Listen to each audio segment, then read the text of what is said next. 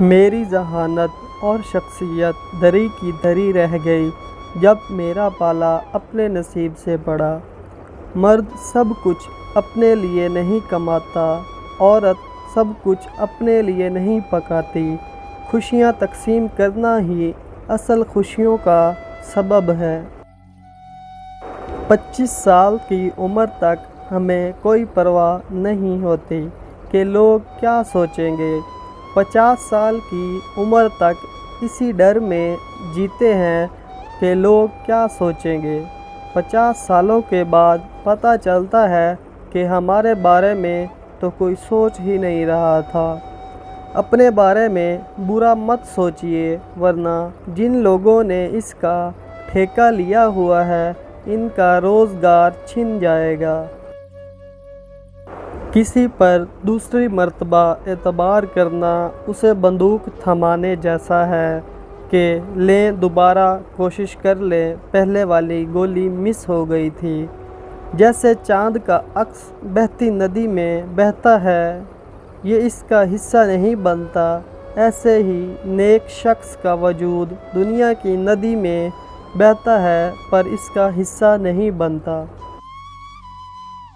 عورت چاہے ہارورڈ کی پڑھی ہو یا ایک اپلے تھاپنے والی، اس کا مرد جب کسی دوسری طرف دھیان دیتا ہے تو اس کے اندر ایک میکانزم فوراً گھنٹی بجا دیتا ہے۔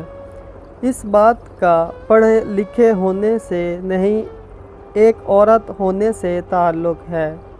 ستارے اور دوست ایک جیسے ہوتے ہیں، چاہے کتنے ہی طویل فاصلوں پر ہو، ان کی روشنی آپ تک پہنچتی رہتی ہے۔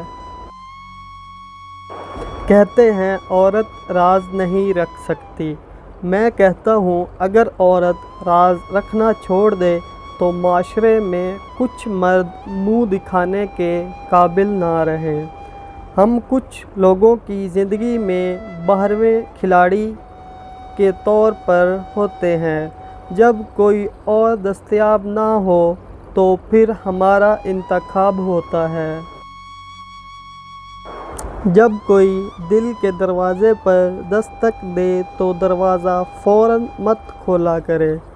کچھ لوگوں کی عادتیں بچوں جیسی ہوتی ہیں، دستک دے کر بھاگ جاتے ہیں۔